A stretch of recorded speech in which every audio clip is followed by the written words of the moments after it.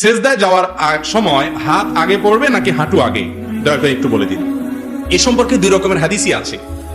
কোন কোন হাদিসে আছে নবী করিম সাল্লাল্লাহু আলাইহি ওয়াসাল্লাম সেজদায় যাওয়ার সময় আগে হাত ধরে রাখছেন, এরপরে হাঁটু ফেলেছেন।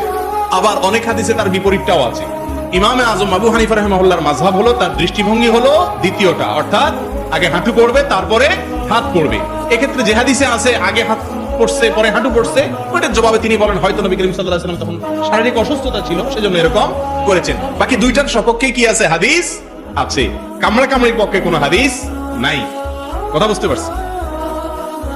এরপরের প্রশ্ন, জামাত চলাকালীন সময়ে নামাজে ইমামের কোনো ভুল হলে মুসল্লিরা যদি তাকবীর না দেয়, জামাত শেষে ভুল হওয়ার কথা না বলে, তাহলে নামাজ হবে কিনা? প্রথম কথা হলো তাকবীর দিবেন না, এটা ভুল প্রচলন। এদেশের 99% মানুষ এই ভুলটা করে। সেটা হলো ইমামের কোনো ভুল হলে মুক্তাদিরা পিছন থেকে কি বলে তার ভুল ধরবে, লোকমা দিবে কি দিয়া? সুবহানাল্লাহ, মাশাআল্লাহ, আপনারা তো জানেন, দেখা যায় সব শিক্ষিত এবং দিনদার এবং আলেমওলামা মানুষ এখানে, মাশাআল্লাহ। কিন্তু এদেশে বেশিরভাগ মানুষ নামাজের পরে পিছন দিয়ে কি বলে? আল্লাহু আকবার বলে। নবী করিম সাল্লাল্লাহু আলাইহি সাল্লাম বলেছেন, আত-তাসবিহু লির-রিজাল ওয়াত-তাসফিকু লিন-নিসা।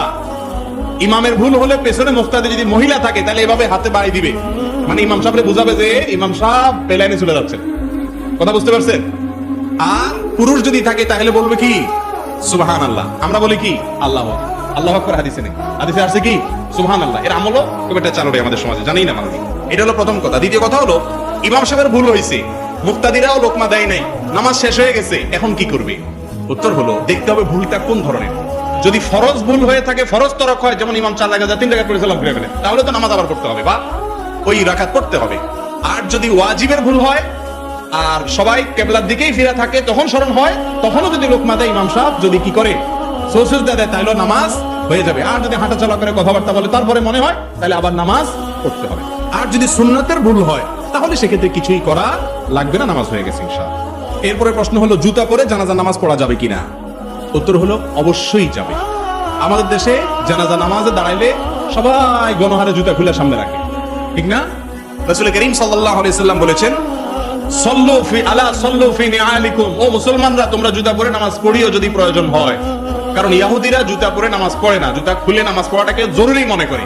তোমাদের কখনো ঠেকায় পড়ে গেলে দরকার হলে জুতা পরে নামাজ পড়তে পারো। জানাজা নামাজ তো বাহিরে পড়া সুন্নাত, মসজিদে না। তো বাহিরে নামাজ হলে জুতা পরেই নামাজ পড়ার কথা। তবে হ্যাঁ, জুতার নিচে যদি নাপাক থাকে, আপনি একটু তলা দেখলেন, নাপাক আছে দেখলেন, তাহলে জুতা খুলে রেখে আপনি নামাজ পড়েন বা খুলে তারপরে নামাজ পড়েন, নামাজ হয়ে যাবে। কিন্তু যদি দেখেন যে না, নাপাকের কোনো আলামত নাই, মাটি কাদা তো থাকবে, এটা তো আর নাপাক না। মাটি কি নাপাক? অতএব মাটি ধুলাবালি থাকলে ওইটা নিয়ে নামাজ পড়া যাবে। নাপাক দেখলে সেটা শুধু খুলে রাখবেন। আর আজকাল নাপাক কোথায়? আগে তো যেখানে সেখানে পায়খানা করতে মানুষ, এখন তো আলহামদুলিল্লাহ সব পাকা পায়খানা, যার কারণে যেখানে সেখানে তো নাপাক থাকেও না। যদি থাকেও, পরবর্তীতে জুতা কত জায়গা দিয়ে হাঁটতে হাঁটতে হাঁটতে ওইটা মুছে আলামত শেষ হয়ে যায়। রফিয়ে দান করলে অনেকে শিয়া বলে গালি দেয়, এখন আমার করণীয় কি? রফিয়ে দান করলে কি বলে? শিয়া। রফিয়ে দান করলে যে ব্যক্তি শিয়া বলে সে গন্ড মূর্খ, সে গন্ড মূর্খ। কারণ রাসূল করিম সাল্লাল্লাহু আলাইহি সাল্লামের সালাতে রফিয়ে দান ছিল কিনা দুই রকমের হাদিসই আছে। রফিয়ে দান করার সপক্ষে অনেক হাদিস আছে। অতএব নবী করিম সাল্লাল্লাহু আলাইহি সাল্লামের হাদিস থাকা সত্ত্বেও যদি এটাকে শিয়াদের কাজ বলে, তাহলে সে শিয়া আর সুন্নি আসলে চিনে না। এটা হলো মূর্খতা। এটা কি? মূর্খতা। আল্লাহ আমাদের বোঝার তৌফিক দান করুন। আয়োজক কমিটি সবাইকে নামাজের দাওয়াত। জি, অবশ্যই সবাইকে আমরা নামাজের দাওয়াত দিতে হবে। নামাজ পড়া তো মুসলমানের জন্য ফরজ। নামাজ না পড়লে অনেক ইমামের মতে ইমানই থাকে না, কাফের হয়ে যায় অনেক ইমামের মতে, না অবলম্বনের মতে না। এই জন্য নামাজটা অবশ্যই পড়তে হবে। চেয়ারে বসে নামাজ পড়া জায়েজ আছে কিনা?